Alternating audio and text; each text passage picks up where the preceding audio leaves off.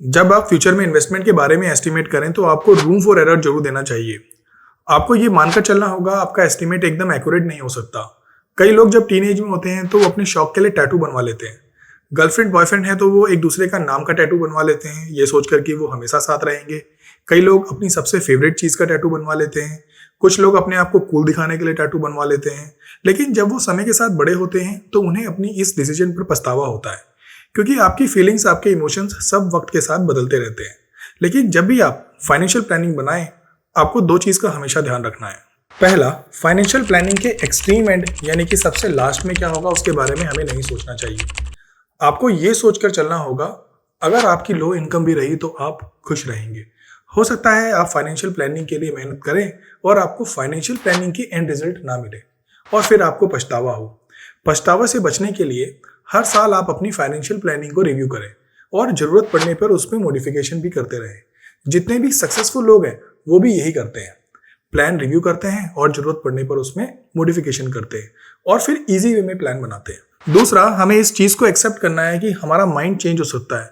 कुछ एम्प्लॉयज़ की life measurable होती है जो अपनी कंपनी के साथ बहुत लॉयल रहते हैं।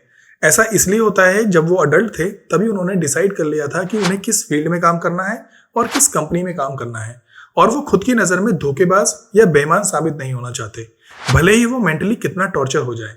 ध्यान रहे, आप अपने आप से लॉयल रहें, कंपनी से नहीं। रियलिटी ऑफ चेंज को हमें जितना जल्दी हो सके एक्सेप्ट कर लेना चाहिए। एग्जाम्पल के लिए, जब अमेजोन शुरू हुआ था तब वो सिर्फ एक बुक स्टोर हुआ करता था। धीरे धीरे खुद को चेंज किया और फिर ये ऑनलाइन ई कॉमर्स कंपनी बन गई।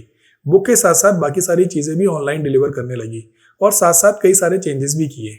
अब अमेजोन का टारगेट है स्पेस को एक्सप्लोर करना। अगर अमेजोन खुद को बुक स्टोर तक ही लिमिटेड रखता तो शायद ही वो जिस मुकाम पर है उस मुकाम पर पहुंच पाता और आज दुनिया में सबसे वैल्यूएबल कंपनी में से एक नहीं बन पाता। जेफ बेजोस हर 5 से 10 साल में चेंज की रियलिटी को समझ जाते हैं और फिर उसी के हिसाब से अपनी प्लानिंग बनाते हैं। शायद यही उनकी सक्सेस का सीक्रेट है। आपको ये मानकर चलना होगा जो प्लान आपने बनाया है हो सकता है वो काम ना करे। हम रूम फॉर एरर को मार्जिन ऑफ सेफ्टी भी कह सकते हैं, और जब बात पैसों की होती है तो हम रूम फॉर एरर को अंडर एस्टिमेट करने लगते हैं।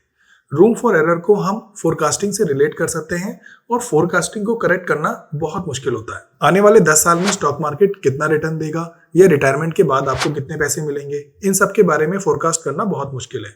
अगर आप खुद को बांध कर रखेंगे किसी प्लानिंग में तो दूसरी किसी भी अपॉर्चुनिटी को एक्सप्लोर नहीं कर पाएंगे। आपको समझना होगा जैसे जैसे दुनिया बदल रही है वैसे वैसे आपको बदलना होगा। दुनिया के साथ कदम से कदम मिलाकर चलना होगा, क्योंकि इसी में सक्सेस है और सक्सेसफुल वेल्दी लोग ऐसा ही करते हैं।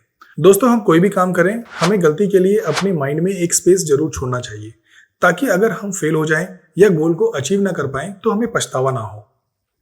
आई होप आपको ये वीडियो अच्छा लगा होगा। वीडियो अच्छा लगा तो लाइक करें, शेयर करें, सब्सक्राइब करें और बेल आइकन को दबाना ना भूलें। जय हिंद।